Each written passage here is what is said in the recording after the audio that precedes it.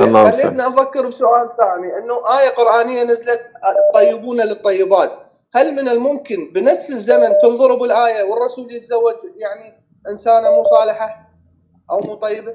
يستحيل. مو هنا الآية خربت يعني، حاشا لله. يستحيل طبعا. والله يعني وكلام يعني هواي خليتنا افكر فيه.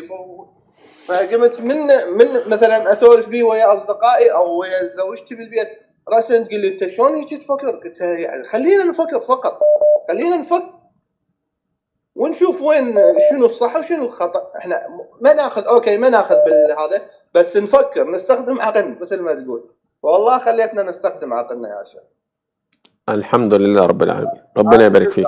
الله يعزك، الله يكرمك، جدا اشكرك. الله يعزك. اتمنى انه ما تجمعنا حرافيش كلنا، لا والله مو كلنا حرافيش. الله المستعان، خلاص ماشي. ان شاء الله.